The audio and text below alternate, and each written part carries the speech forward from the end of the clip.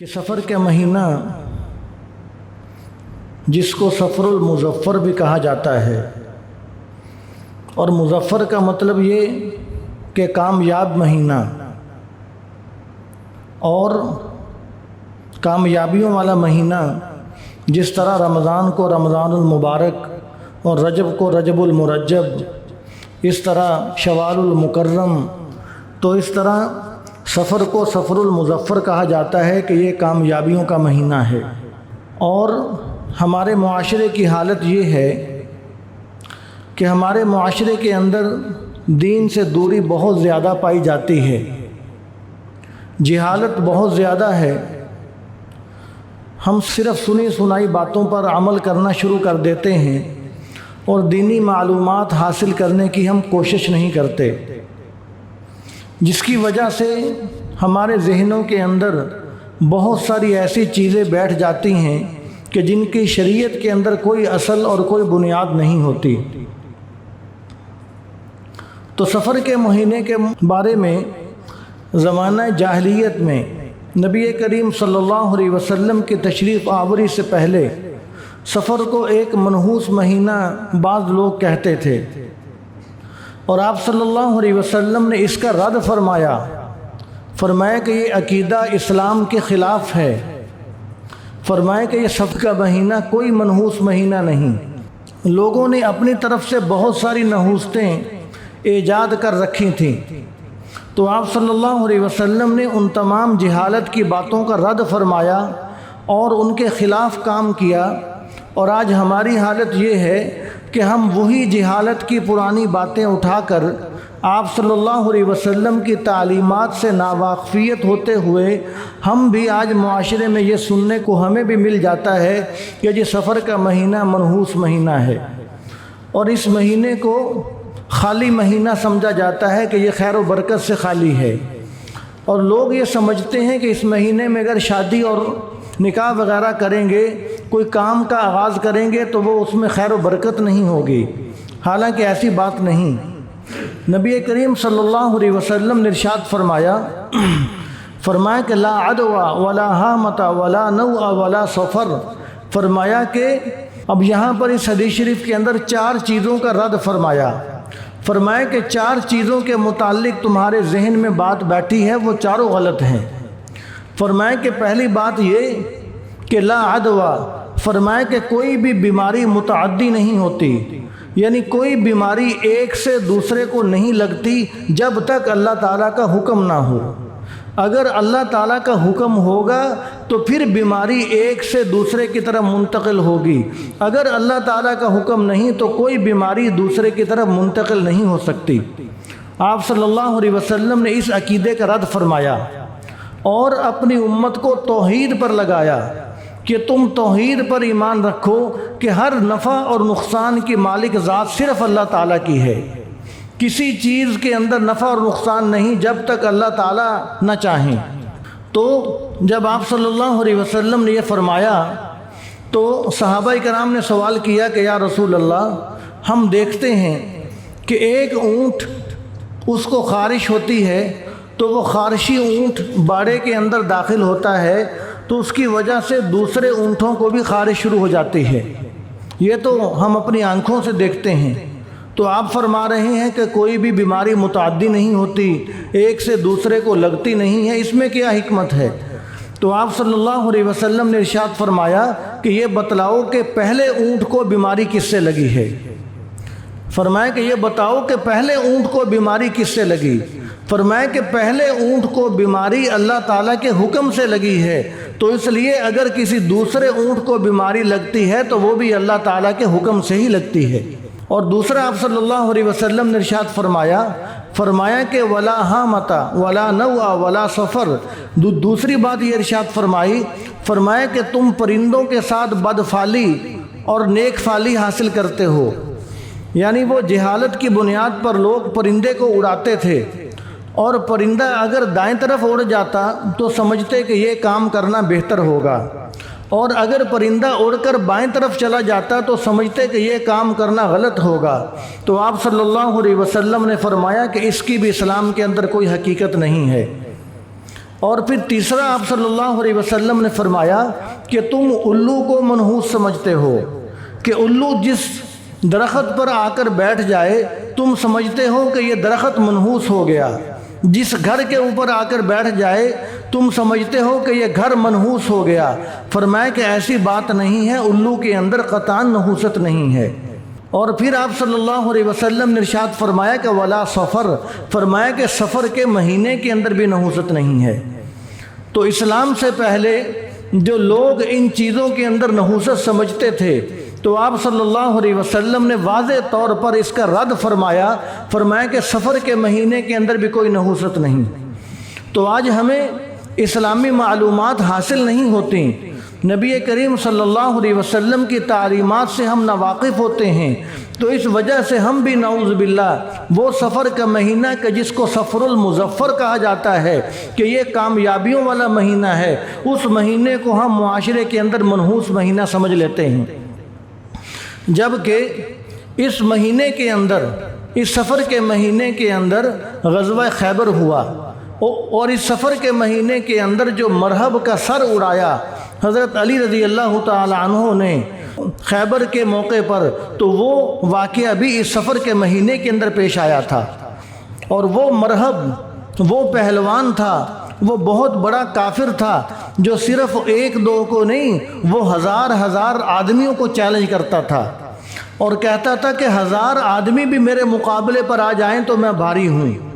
تو اس کے مقابلے میں جب شیر خدا حضرت علی رضی اللہ تعالی عنہ آئے تو وہ مرحب کہنے لگا کہ تمہیں جانتے نہیں کہ مجھے شیر کہتے ہیں، میں شیر ہوں، میں مرحب ہوں، تم میرے مقابلے کے اندر آ کر تم میرا مقابلہ کیا کرو گے؟ تو حضرت علی رضی اللہ تعالی عنہ نے فرمایا کہ تم آج کل اپنے آپ کو تم نے شیر کہلوانا شروع کیا، فرمایا کہ میں جب سے پیدا ہوا ہوں اسی دن سے میری ماں نے میرا نام شیر رکھا تھا، مجھے تو جنا ہی شیر گیا ہے۔ فرمایا کہ میں تو پیدائشی طور پر ہی شیر جنا گیا ہوں، فرمایا کہ میرے اندر کوئی بزدلی نہیں ہے۔ تو حضرت علی رضی اللہ تعالیٰ عنہ نے اس کا سر اڑایا، تو وہ بھی اس سفر کے مہینے کے اندر واقعہ پیش آیا، اور نبی کریم صلی اللہ علیہ وسلم نے حضرت زینب رضی اللہ تعالی عنہ سے نکاح فرمایا، اور وہ بھی اس سفر کے مہینے کے اندر نکاح فرمایا۔ یہ کوئی عام برکت والی بات نہیں ہے، یہ کوئی عام سعادت والی بات نہیں ہے کہ سید الانبیاء کے نکاح کے اندر آ جانا، تمام نبیوں کے سردار کی بیوی بن جانا، اور تمام نبیوں کے سردار کی بیوی بن کر قیامت تک آنے والے تمام مومنوں کی ماں بن جانا، یہ کوئی عام سعادت کی بات نہیں ہے۔ ان کو یہ سعادت بھی اسی سفر کے مہینے کے اندر حاصل ہوئی۔ اور حضرت خالد بن ولید رضی اللہ تعالیٰ عنہ نے اسلام قبول کیا، اور بڑے بڑے صحابہ جب مسلمان ہوئے تو ان کے نام بھی کتابوں میں لکھے ہیں کہ وہ بھی سفر کے مہینے کے اندر، سفر کے مہینے کے اندر ایسے بہت بہت اہم واقعات پیش آئے، بڑے بڑے صحابہ کرام نے نکاح فرمائے، خود نبی کریم صلی اللہ علیہ وسلم نے سفر کے مہینے کے اندر نکاح فرمایا۔ لیکن ہم جہالت کی بنیاد پر لوگ یہ سمجھ لیتے ہیں کہ شاید سفر کا مہینہ منحوس ہے، حالانکہ ایسی بات نہیں ہے۔ نبی کریم صلی اللہ علیہ وسلم نے اس حدیث شریف کے اندر واضح طور پر ارشاد فرما دیا، فرمایا کہ بالکل سفر کا مہینہ جو ہے وہ منحوس نہیں ہے۔ یہ تو اسلام سے پہلے کی باتیں ہیں۔ اسلام ہمیں یہ سکھلاتا ہے کہ ہر چیز نفع نقصان کے مالک صرف اللہ تعالیٰ کی ذات ہیں۔ جس طرح حضرت عمر رضی اللہ تعالی عنہ کے پاس پیغام آیا، مصر کے گورنر بنے حضرت عمر بن عاص رضی اللہ تعالی عنہ، تو انہوں نے خط لکھا حضرت عمر رضی اللہ تعالی عنہ کے پاس کہ امیر المؤمنین، یہاں پر دریائے نیل ہے، اس دریائے نیل کے اندر یہ لوگ ایک کنواری لڑکی کو زیورات سے آراستہ کر کے اس دریائے نیل کے اندر دفن کرتے ہیں، پھر یہ دریائے نیل چلتا ہے، اور اس دریائے نیل پر لوگوں کے معاش وہ بستا ہے اس دریائے نیل کے ساتھ، اور لوگوں کا گزر بسر ہوتا ہے۔ تو اب آپ کا کیا حکم ہے؟ حضرت عمر رضی اللہ تعالیٰ عنہ نے خط لکھا دریائے نیل کے نام، فرمایا کہ اے دریائے نیل، اگر اللہ تعالیٰ کے حکم سے تو چلتا ہے تو چل، ورنہ تیری ہمیں کوئی ضرورت نہیں ہے۔ ہم یہ عقیدہ رکھتے ہیں کہ تو لڑکیوں کی وجہ سے، زیورات کی وجہ سے نہیں چلتا۔ اگر تو چلے گا تو اللہ تعالیٰ کے حکم سے چلے گا، اگر تو رکے گا تو اللہ تعالیٰ کے حکم سے رکے گا۔ اگر تو اللہ تعالیٰ کے حکم سے چلنا چاہتا ہے تو پھر تو چل، ورنہ ہمیں تیری کوئی ضرورت نہیں۔ اور وہ دریائے نیل کے اندر حضرت عمر رضی اللہ تعالیٰ عنہ کا خط پہنچنا تھا تو ایک ہی رات کے اندر 16 گز پانی دریا کے اندر آ گیا، اور اس دن سے پانی آیا ہے اور آج تک دریائے نیل خشک نہیں ہوا۔ حضرت عمر رضی اللہ تعالیٰ عنہ نے امت کو بتلا دیا کہ دیکھو، ہر چیز کے نفع نقصان کے مالک ذات صرف اللہ تبارک و تعالیٰ کی ذات ہے۔ اللہ تعالیٰ سے ہٹ کر یہ سمجھنا تو وہ تو توہم پرستی ہے، وہ تو بت پرستی کے اندر آ جاتا ہے کہ آدمی کسی اور کو نفع اور نقصان کا مالک سمجھ لے۔ تو اس لیے سفر کے مہینے کے بارے میں یہ سمجھ لینا کہ یہ منحوس مہینہ ہے، اس مہینے کے اندر نقصان ہوتا ہے، یا یہ سفر کے مہینہ یہ نقصان کروانے والا مہینہ ہے، تو گویا کہ پھر ہماری توجہ اللہ تعالیٰ کی طرف سے تو نعوذ باللہ ہٹ گئی۔ تو اس لیے مسلمان کو چاہیے کہ اپنی توجہ خالص اللہ تبارک و تعالیٰ کی طرف رکھے اور کسی کی طرف سے نفع اور نقصان، کسی کو نفع اور نقصان کا مالک نہ سمجھے۔ اور دوسری بات یہ کہ کسی چیز کے اندر اللہ تبارک و تعالیٰ نے کسی دن کے اندر، کسی مہینے کے اندر اور کسی لمحے کے اندر اللہ تبارک و تعالیٰ نے نحوست نہیں رکھی، اور اگر نحوست اللہ تعالیٰ نے رکھی ہے تو وہ اللہ تعالیٰ نے برے اعمال کے اندر نحوست رکھی ہے، گناہوں کے اندر نحوست رکھی ہے، جس کو قرآن پاک کے اندر ارشاد فرمایا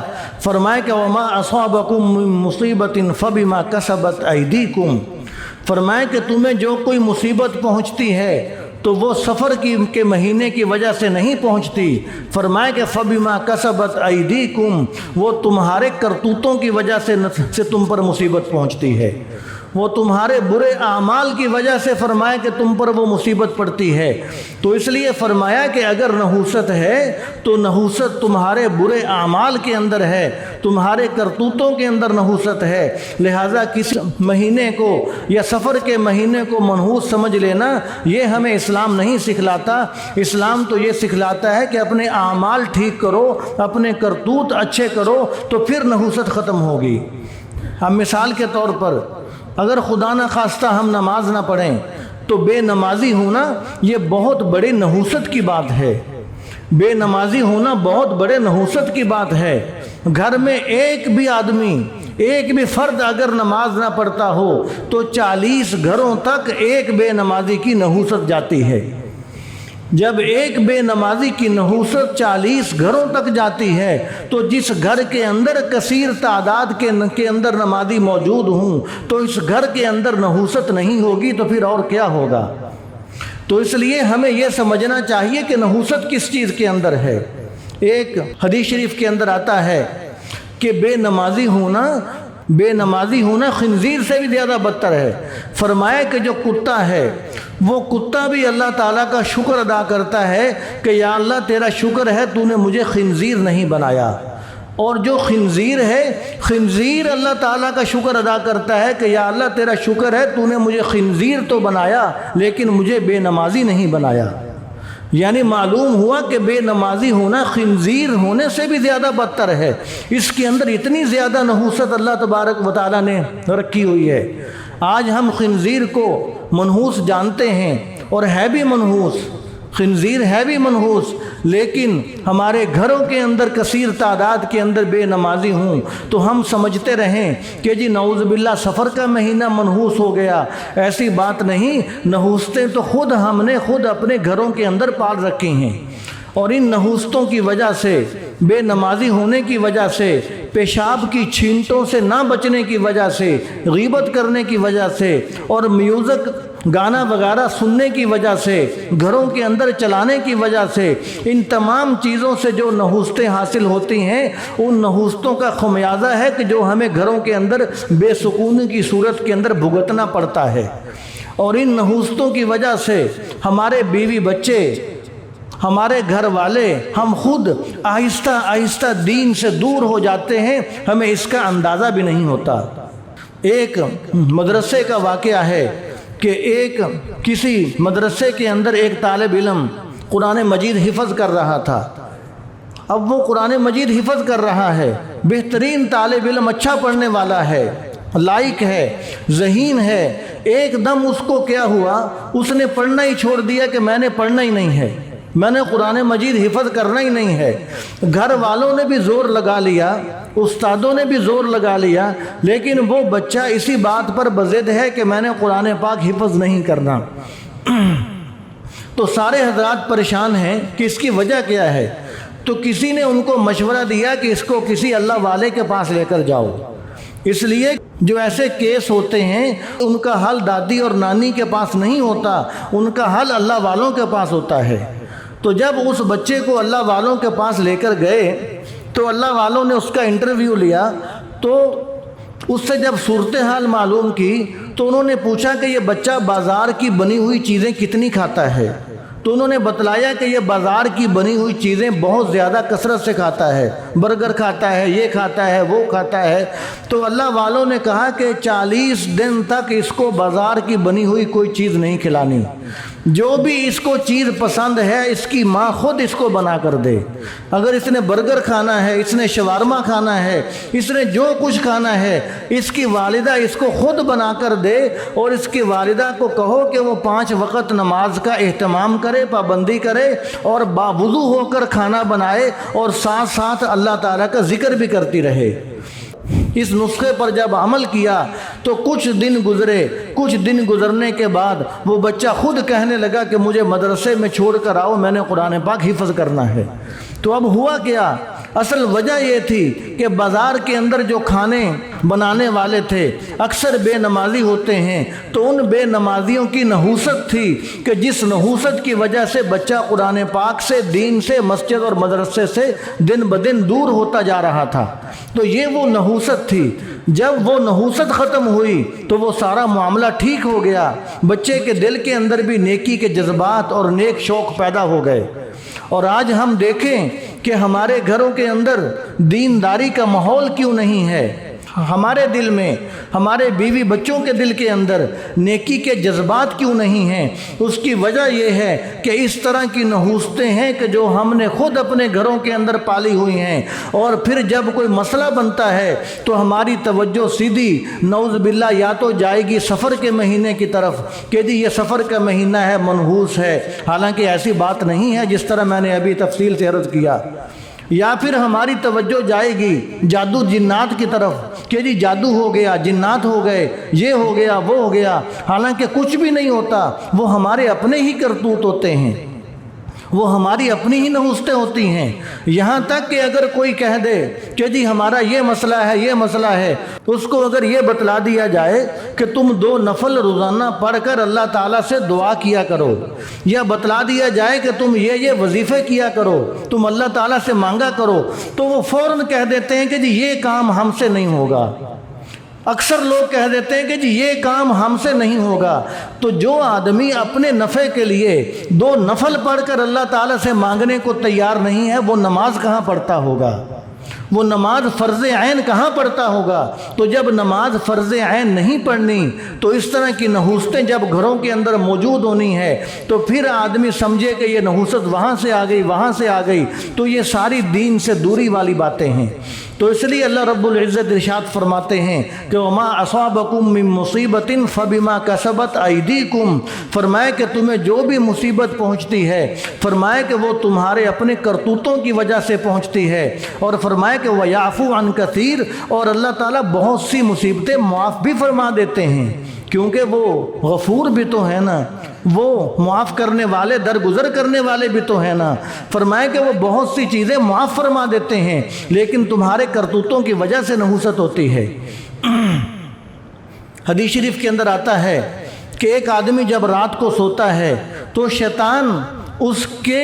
گردن پر 3 گرہ لگا دیتا ہے، 3 گرہ لگا دیتا ہے، اور وہ تینوں گرہ نحوست والی ہوتی ہیں۔ جب آدمی صبح اٹھتا ہے تو جب اٹھ کر جب بیدار ہوتا ہے فجر کی نماز کے لیے تو ایک گرہ اٹھ کر اللہ تعالیٰ کا نام لیتا ہے ایک گرہ کھل جاتی ہے، اور جب آدمی پھر وضو کرتا ہے دوسری گرہ بھی کھل جاتی ہے، جب آدمی نماز پڑھتا ہے تو تیسری گرہ بھی کھل جاتی ہے۔ تو گویا کہ شیطان کی نحوست، شیطان کے اثرات، بے نمازی ہونے کی نحوست وہ دور ہو گئی۔ اب اس نے فجر کی نماز پڑھ لی، اب باقی نمازیں بھی پڑھے گا، اس کا دن خیر و برکت والا گزرے گا۔ اور حدیث شریف کے اندر آتا ہے، آپ صلی اللہ علیہ وسلم نے ارشاد فرمایا کہ وہ شخص کہ جو رات کو سویا وہ صبح نماز کے لیے نہیں اٹھتا، اس کو فکر ہی نہیں ہے کہ نماز کے لیے اٹھنا بھی ہے کہ نہیں، فرمایا کہ جو نماز کے لیے نہیں اٹھتا، آپ صلی اللہ علیہ وسلم نے فرمایا کہ اس کے کان کے اندر شیطان پیشاب کر دیتا ہے۔ یہ حدیث شریف ہے، نبی کریم صلی اللہ علیہ وسلم کا فرمان ہے، فرمایا کہ شیطان اس کے کان کے اندر پیشاب کر دیتا ہے۔ تو آج اگر ہمارے جسم کے اوپر ایک بلی کے پیشاب کا چھینٹا پڑ جائے، کسی گائے کے پیشاب کا چھینٹا پڑ جائے، ہم فوراً اس سے دور ہونے کی کوشش کرتے ہیں، اور ہونا بھی چاہیے، اس کو نجس سمجھتے ہیں۔ تو ذرا تصور کیجئے کہ یہ تو وہ چھینٹا پڑا کہ جس کو ہماری آنکھوں نے دیکھا، لیکن جو نبی کریم صلی اللہ علیہ وسلم نے فرما دیا بحیثیت مسلمان ہونے کے، اس چھینٹے سے ہمیں اس چھینٹے پر ہمارا ایمان اور یقین زیادہ ہونا چاہیے۔ اگر ہم یہ کہیں کہ ہمارے کان میں کوئی نہیں شیطان پیشاب کرتا، حضور نے ایسے ہی فرمایا، پھر تو ہم کہیں اسلام سے ہی فارغ نہ ہو جائیں، اس لیے کہ ہم نے حضور کی باتوں پر اعتماد ہی نہیں کیا۔ تو اس لیے اب سوچئے کہ اس کی نحوست کا کیا عالم ہوگا، اس شخص کی نحوست کا کیا عالم ہوگا کہ جس کے کان کے اندر روزانہ صبح شیطان پیشاب کرتا ہو۔ آپ صلی اللہ علیہ وسلم نے ارشاد فرمایا، تو نحوست ان چیزوں کے اندر ہے، ہم ان چیزوں میں